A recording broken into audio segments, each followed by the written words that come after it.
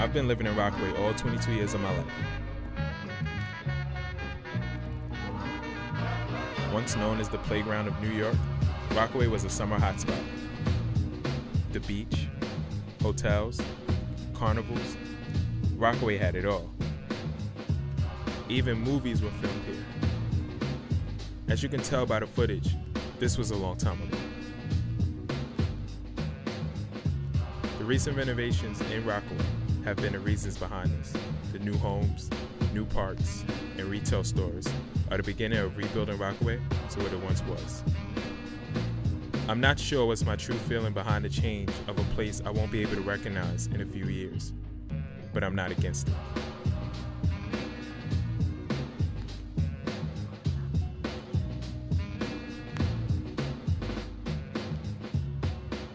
I've lived in Rockaway 21 years, you can say, 21 years. I was born in Rockaway in 1939, and except for a short period in the Navy and a short period working for Weekly Reader in Connecticut, I've been here all my life.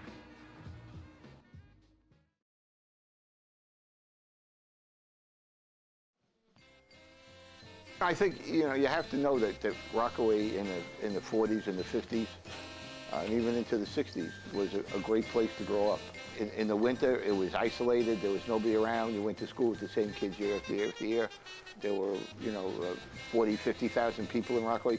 And then all of a sudden, on Memorial Day, there was like this, the boardwalk opened up, and with all the stores and the movie theaters and the restaurant, the food places. And all these new kids moved in or came back, and you saw them. You hadn't seen them, from the Bronx and Brooklyn. Rockaway growing up was like an amusement park.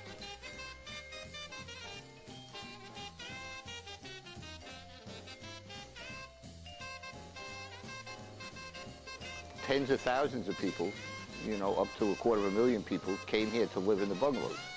And what would happen was the family would take the same bungalow year after year after year, and the wife and the kids would stay in the bungalow all week long and go to the beach and the boardwalk, and then the husband would live in the Bronx or Manhattan or wherever they lived, working all week, and then on the weekend they would come and join them.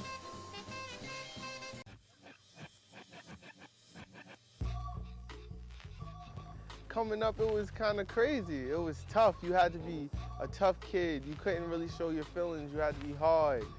And when I was coming up, definitely it was nothing here. Like, Playland was here, but when I was coming up, it's the aftermath of Playland. So we used to play in the rocks and have dirt bomb fights and do little stupid stuff like that if we wasn't fighting and trying to protect our name. But yeah, I just remember, because I live right on 98th Street where Playland was, so I go right down the block, hop over the fence, play with the pieces of the carnival that's left over, do little stuff like that, So we had to be real creative if you wanted to stay away from the trouble, you know what I'm saying? What happened was that the bungalows started getting older and more dilapidated, and the owners of the bungalows, just wanted to make money. They didn't fix them up. Most of them weren't heated, And then what happened was when airplane travel became prevalent and the highways became easy to go out of the places, and air conditioning came along, you didn't have to come to Rockaway to be cool in the summer. People stopped coming here. And the city, in its wisdom, decided to use those bungalows and those rooming houses for welfare cases. So they brought in people from all over the city and put them in the bungalows year-round, sometimes without heat. Sometimes there were fire traps. There were lots of, really large fires. And it stopped becoming a place where people came for the summer. You could stay at home and turn on the air conditioning. There's a lot of crime in Rockaway. People were afraid to come here in the summer. Rockaway became some of the worst slums in the city. Redfern, the bungalows up at Redfern and the bungalows down here became some of the worst slums in America for a short time. Hello, welcome to Arvern by the Sea, New York's newest oceanfront award-winning hometown.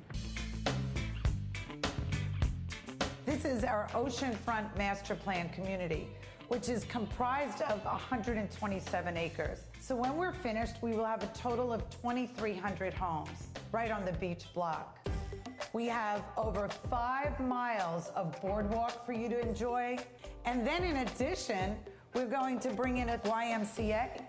Thank you so much for taking this tour with me today. Our 2-family homes range from the high 500s to a little over $1 million.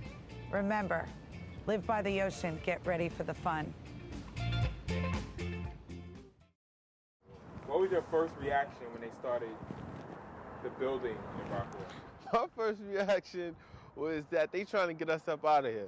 That's the first thing that came to my mind because the houses were so expensive and the people that started to move in were not, they wasn't regulars.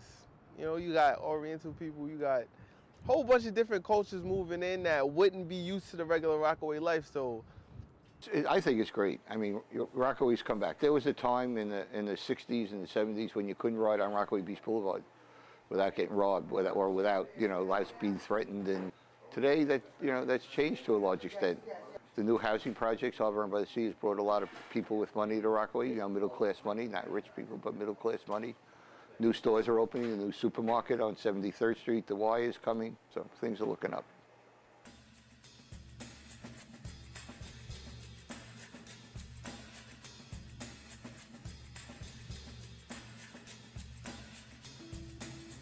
what sparked the change in Far Rockaway is definitely the beach. I'll have to say the beach. I think everybody would say the beach because that's all we have.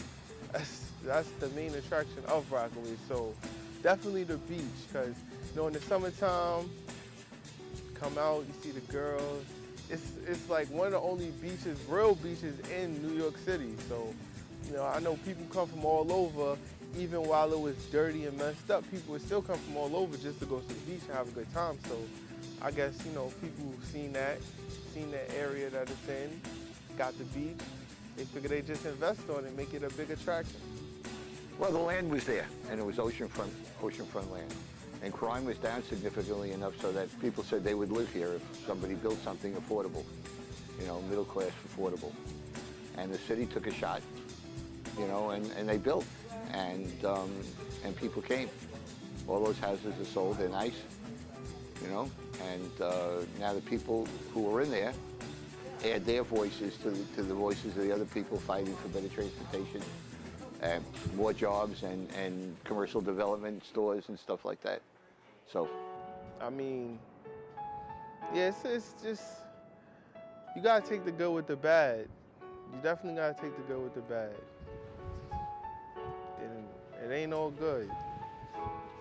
See, part of the problem is kids can't afford to live in Rockaway. The kids grow up in Rockaway, they want to stay here, and then they get married and they have kids, and they can't afford a house unless they have a big down payment. Because the houses in Rockaway are very expensive because they're on the beach. I think that's one of the major problems, is making the housing stock more affordable so that the Rockaway people who want to stay in Rockaway will be able to do it. I plan on living in Rockaway forever because I'm seeing what my mother told me when I was young come true. Like when she first moved here when I was a kid, it was nothing but empty lots, a lot of big grassy fields. It was really nothing. And she always told me that one day people would take interest in Rockaway again and build it back up to what it used to be. And now I'm seeing that with my own eyes come true. So I definitely want to stay here for the big shebang, you know what I'm saying? And I definitely love where it's at geographically. I like that it's far away from everything. It's like your own little personal peninsula. I really like that.